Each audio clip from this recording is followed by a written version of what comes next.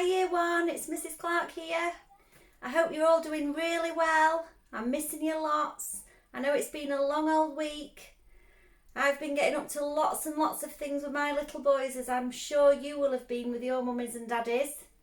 But as promised, I said I would read you a story. So I have raided our Ellis's shelves and I have found one that is just perfect. So get ready, get all snuggly, get your best teddy bear, because this story is called Boogie Bear, and it's by one of my favourite authors, David Walliams. So all get ready and snuggle in tight.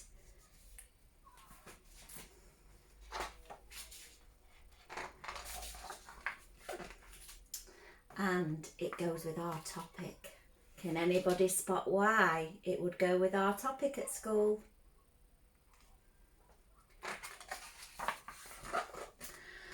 at the North Pole, polar bears were swimming, fishing and growling. The biggest, furriest one of all was sunning herself on an iceberg as usual.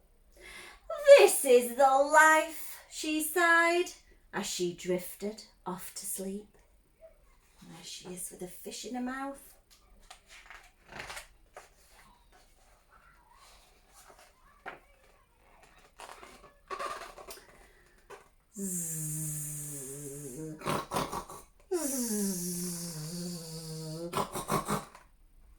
When the polar bear finally woke up, the most awful thing had happened.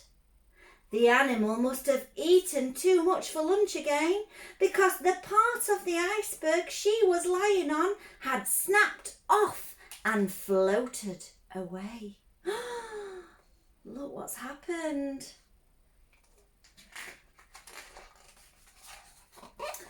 The polar bear was now miles from home and being hurled around by the angry sea. "Oh dear," she said as she wobbled, surfing a humongous wave. Wow, what a fabulous word, humongous. That means really big. Surely things couldn't get any worse. They could. Much worse. As the polar bear was swept south, the sea became warmer and warmer, melting the iceberg, which became smaller and smaller. Soon it was no bigger than an ice cube.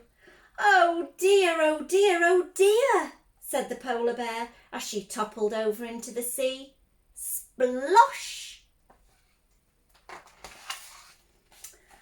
Bobbing her head up out of the water, the polar bear spied that the nearest land was miles away. "Oh dear, oh dear, oh dear, oh dear."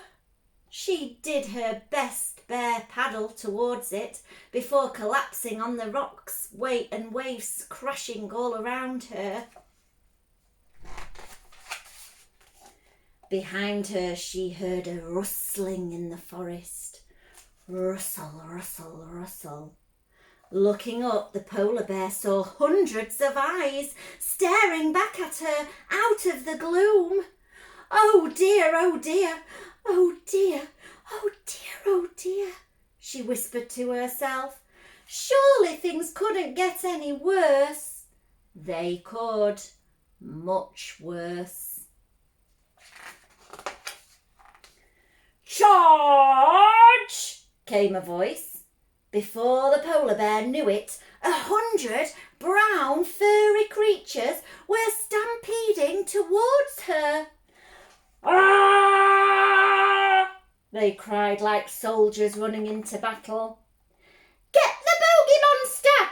bellowed the littlest one from the back. "What's a boogie monster?" "That is," shouted the one with the big floppy ears.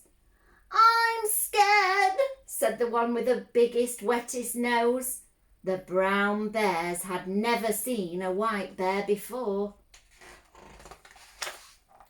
"Oh dear, oh dear, oh dear, oh dear, oh very, very dear," said the polar bear, and she ran away into the forest as fast as she could. Brown Bear came from all sides, and soon the White Bear had nowhere to run. Ahead of her was the tallest tree in the forest, so she clambered all the way to the top. The tree swayed under her weight. The White Bear clung on desperately as the Brown Bear circled. "Oh dear, oh dear, oh dear, oh dear, oh very, very extremely dear," she said to herself. "Get the Boogie Monster!" shouted the small one, baring his sharp teeth. "Can someone else do it? It's scary," whined the one with the biggest, wettest nose. "I am not scary," shouted the polar bear. "Yes, you are," said the little one. "Your fur is a funny colour." "Well, I think your fur is a funny colour." That enraged him. "Get up there," he ordered. "I'm scared of heights," replied the one with the biggest, wettest nose. The smallest one huffed and picked up a stick as big as he was. He hurled it at the polar bear. "Take that, Boogie Monster!" Whoosh! Biff! "Ouch!" called the polar bear. She lost her grip and slid down the tree at speed. "Oh dear, oh dear, oh dear, oh dear, oh dear, oh dear," she muttered to herself as her big furry bottom hit every branch on the way down, until she hit a big bendy branch, which bounced her right back up to the top of the tree. Surely things couldn't get any worse. They could, much worse. As the polar bear was so heavy, the tree buckled to one side. The pack of brown bears reached up with their paws and grabbed at the trunk. "Get the Boogie Monster!" ordered the little one. The brown bears lost their grip on the trunk, and the tree twanged back up. Twang!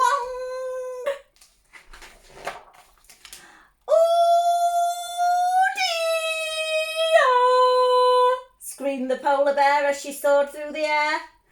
"It's a flying Boogie Monster," remarked the one with the biggest, wettest nose. In no time, the poor animal had crash-landed head first into a huge muddy puddle. Splat! "Let's get the Boogie Monster!" shouted the little one. "Oh dear, said the polar bear as she stood up. Caked in mud, the polar bear wasn't white anymore. "Stop! It's not a Boogie Monster, it's a bear!" exclaimed the one with the biggest, wettest nose. "A Boogie Bear?" shouted the littlest one. A huge smile spread across the face of the one with the floppy ears. "She's not a boogie anything. She's gorgeous."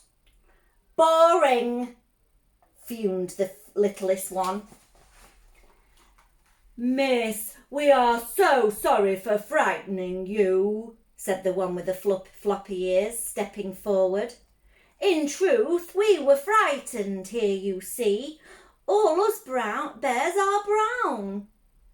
"There, all us bears are white," she said, pointing north. "I love your white fur," said the brown bear, checking out the white bear's big furry bottom.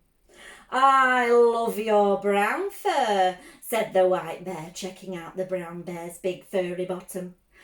"Yuckety yuck, yuck," exclaimed the littlest one. Ew. The pair rubbed noses in a show of love. The birds in the trees tweeted sweet music. Butterflies swooped and twirled, and if that wasn't enough, a rainbow appeared in the sky. And there's lots of rainbows about at the moment, isn't there, girls and boys? I hope you've done one for your window. From that day on, the two love-struck bears spent all their days and nights together. The white bear had never eaten honey before, which she loved. The brown bear had never eaten walrus before, which he pretended to love.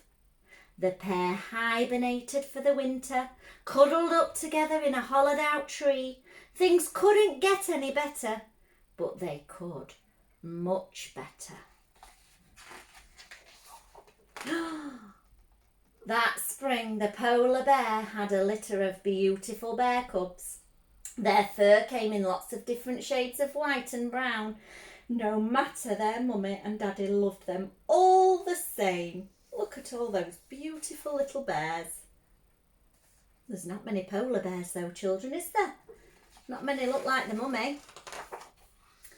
This really is the life, sighed the white bear. It certainly is, my love, replied the brown bear. Oh, I hope you liked that story. It's not the same year one as seeing your beautiful faces, but I'm sure we'll be seeing those faces very soon. Until next time, see you later.